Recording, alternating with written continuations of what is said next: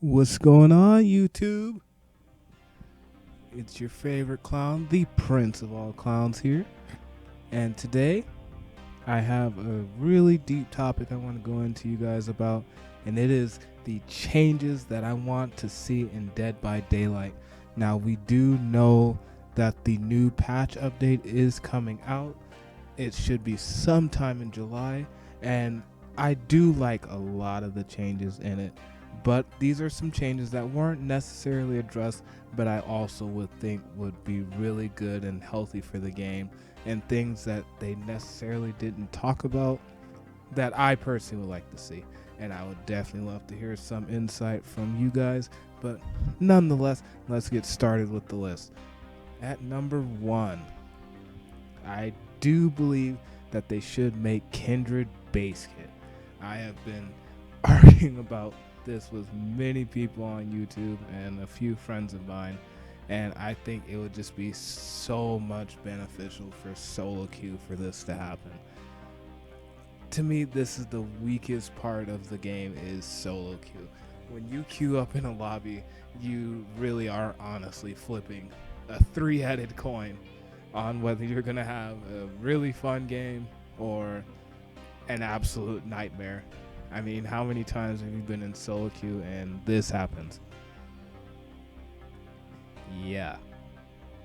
So I think Kindred making it base hit at least would give the survivors a chance to see what your other teammates are doing. You know, obviously get rid of the reading the killer's aura part, but keeping the part where all the survivors can all see each other. That would at least help, you know, dealing with the constant dying on hook. I think that would just ultimately make it the game better. It's not a teachable perk, so just removing it from the queue, I think would just ultimately help the game and just making it base hit. At number two, this was an idea that I had. It was adding once again, kind of elaborating on making more communication, making solo queue just a little bit more pleasant. And I think they should add something where they could communicate with each other, like make it an item, like walkie talkies. So that way I can leave messages for my solo queue teammates saying, hey, you know, I found Ruin, it's over here. Or, hey, the killer has this perk. Or, hey, the killer, or I have decisive. You know, something that can help me ultimately leave messages for my team. I think that would help the game out just a little bit. I'm not too sure if that's something behavior has talked about before with not wanting teammates communicating. I haven't fact checked that, but I'll definitely look into it. If you guys know, definitely let me know in the comments. But that's just a thought I had. At number three, I don't know why they haven't added this one, honestly, and that's adding the in-game chat to console. I should be able to rage at the person. I'm just kidding. But I should honestly be able to say GG, well played to the person on PC that just played us. I mean, if they have it for PC, why shouldn't they have it for console? And one argument I've heard for this is that, you know, on console they have stricter regulations on what you can say, and that's not true because there are other games that do have in-game chats for console and PC where they can communicate back and forth. So behavior, come on. I love you guys. I know you can do it. And number four. Okay. This one I know is going to be controversial, and my friends have yelled at me about this one all the time, my other fellow clowns, but I think this would just make the game just a little bit better for beginner killers, and even advanced killers. I don't think this makes them incredibly broken, but definitely yell at me in the comment section if you disagree. And I do believe that one survivor aura should be revealed to the killer at the start of the match. And yes, I know everyone's going to say, oh, that's so broken, it's so overpowered. But hear me out. How many times do you start a game and you're in red forest and you spawn in the middle of the map and you have to go, oh, okay. I don't care what killer you are. You could be the most OP nurse ever. And unless you're running Lethal Pursuer, which I'm going to get to in a second, you go to one edge of the map and you get there and they're not there. You picked wrong. And you picked wrong and 3 gens pop. I just feel having one survivor, or obviously the survivors will know this. Hey, the Obsession's aura is here. You need to either get away from your teammates or hide. You don't have to reveal it for a long period of time, just maybe a second. Just so the killer has an idea of where to start looking. I mean, you can hide anywhere in the map. And, the good survivors, just because the killer has an idea of where you are, even like with stuff like barbecue, I don't think that would impact that. But let me know in the comments. I know I'm gonna get a lot of hate for that one, but it's just something I thought that would help, speed the beginning of the game, give the killer at least a good start. But all in all, let me know what you guys think on that one.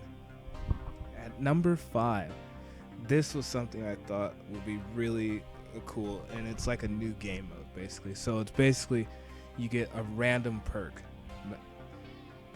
So you don't get to bring your own custom loadouts into just like make a separate game mode for this where there aren't any custom game modes for killers or survivors, and you load in with random perks that the game gives you. I think this would ultimately be cool, just even for beginners, but even higher level players, just because in this case, if you've never used a lot of these perks, now you'll have a chance to without having to forcibly, upgrade the blood web and get these killers to level 40 and get their teachables, and then, maybe you don't even like the perk. But in this case, you're getting random perks. The games will always be new and fresh, and you'll find new strategies that you like. It won't be the same dead hard iron will, dead hard D strike, every single game. Randomly as killer, you might have gearhead. So all in all, I think that would be a really cool game mode, and just, something new to add to the game. And still obviously keep the same old regular queue where you can load up with your friends or with random teammates. Alright, and then at number 6. Now, I do believe they have this for PC. I'm not sure if this is done through behavior or not, but it's having access to your own stats, like a leaderboard. I think that most games have this kind of thing, where they have leaderboards where you can at least see relatively how you're doing in the game. I think it's kind of odd that behavior doesn't have that in Dead by Daylight, because it's a competitive game. I've heard some arguments about it without it, people saying that it's not competitive. And, no, is it something you're going to play at a championship league tournament? Maybe not. But, it is nice to just see how you're doing in the game. Okay, maybe you're great with Blight, and you want to see, okay, what's my average kill count? Out of every 5 games, I get 3 kills. Okay. Oh, Pyramid Head, I average 4 kills a game. Okay, I'm really good with it. What's the difference between him and Blight? I don't know. I just ultimately think it would be good. I don't think that would hurt the game in any way. Even if you think, oh, well, seeing your own stats would make you feel bad or people would judge you over it. And I just don't think so. I think it's just overall, for you. Even if you don't want to make it public, you shouldn't have to, but at least just have it for yourself. At number 7. Oh boy. I thought number 4 was going to be the most controversial, but I think this one is gonna make people hate me, and it is bring back the older maps that they reworked, like Haddenfield. Now I already know people are gonna be crunching the keyboard saying old Haddenfield has gone where it needs to be, and all in all, that's probably true. I'm not saying the reworked maps didn't need it, but I do think that having more variety in the game never hurts, even if the variety isn't necessarily so good. Yes, old Haddenfield was a pain to play on as killer. I know that full and well, but I think ultimately it wasn't so bad that it just clearly needed to be taken out. And I think just having the variety of the map, I think, is ultimately pretty good. I mean, it really sucks now that you see a Haddenfield off and you're like, oh great, I already know exactly what map I'm gonna be on. Having different variations, like for example McMillan, where they have Coal Tower, they have all the different variations of McMillan that you can play on. Yeah, some are good, some are bad. And I just think with, even maps like the game, Haddenfield, even Midwich, I really think they should add some more customizations to, but just specifically some of the ones I mentioned, I would like to see those back. At number 8. So I've been fragrantly asking for this one because this is the worst thing in solo queue history, or even when you play with your friends, and they should honestly make chainsaw killers unable to use the chainsaw near the hook. I've been arguing with this forever and ever because pretty much very few killers have the ability to just use their ability right next to the hook. Artist can't set her birds, Pyramid Head can't place his trails, but Bubba has this specific ability to sit by the hook and rev his chainsaw. I don't understand why behavior thinks that's okay, but everything else is too OP, or I mean, if you think one is, shouldn't all of them? But I would really like seeing that change. I think it would ultimately just make the game more pleasant. But let me know in the comment section what you guys think. Alright, and at number 9. So this goes to one of my favorite killers, known as the Pig. And all the time I hear that she greatly needs a rework, and her power is RNG based, and it's overall not good, just bad. And competitively, yeah, it's not good. You'll have a game where you could bring the best add-ons, the best perks, and I have a bear trap to slow down the gens. The survivor goes to one bear trap, and even with the update, they will take it off on their first try. And you were relying on that bear trap just to buy you just a few minutes of time. Never fails. And then there are other games where your bear trap will single-handedly win you the game. You'll place 2 bear traps, you'll bring no add-ons, and the survivors will just die. I don't understand how that works, but overall I would like to see it change, and the change I thought of, I would like basically for her traps to become timed. So if you put one bear trap on a survivor's head, make it where the survivors automatically lose the match in 20 minutes. And basically it'll go down in 5 minutes. So if you put the second bear trap, it'll go down to 15 minutes. The third bear trap, 10 minutes. The fourth bear trap, 5 minutes. And then you can have jigsaw boxes around the map and have the survivors do them, and that'll add more time, so that way they can buy themselves more time to get the gens done and to get out of the area. But if they opt not to, then ultimately the timer will tick down, and then they can eventually just die out. So that adds pressure, okay, where the survivors really need to get gens done and get pressured, but at the same time, if you have all 4 bear traps installed, you have to stop doing gens and do the bear traps, which can give you some more time and chase, give you a little bit added pressure where it's not so much RNG based, where you can actually play around it. So that's a thought that I had. So some honorable mentions. So this I wanted to talk about was with the lethal pursuer part, where I was saying you should see 1 survivor aura. I was thinking of adding the rest of the lethal pursuer part to bitter murmur, because I do think bitter murmur is a great perk, but you don't really see it run a lot unless people use it with huntress.